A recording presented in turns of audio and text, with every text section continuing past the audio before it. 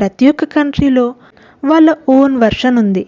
ఇండియాలోనే చాలామంది పోయెట్స్ రామాయణంని వాళ్ళ స్టైల్లో రాశారు. ఎగ్జాంపుల్, తమిళ్లో కంబన్ కంబరామాయణం రాశారు, తెలుగులో మొల్లమాంబ మొల్ల రామాయణంని, హిందీలో తులసీదాస్ రామచరితమానస్ని, బెంగాలీలో కృతివాసి రామాయణం, ఇలా ఎన్నో ఉన్నాయి.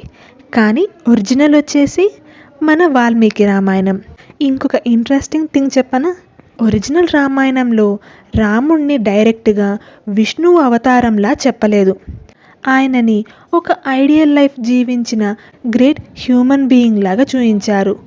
తర్వాత రాను అందరూ అతన్ని విష్ణువు అవతారంగా భావించారు. అందుకే మనం అతన్ని మర్యాద పురుషోత్తమ రామ అని పిలుస్తాము. The best example of a perfect man.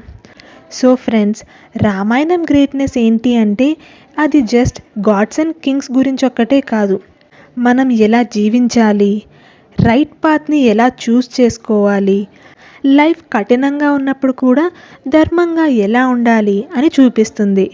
అందుకే ఈవెన్ టుడే 2025లో కూడా అది స్టిల్ రిలవెంట్గా అనిపిస్తుంది.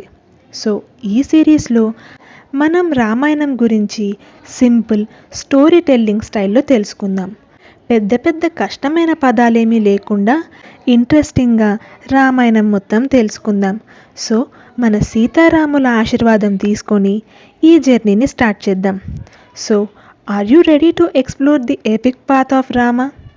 Let's begin the story of Ramayanam, the ఆది కావ్యం. జై సీతారాం.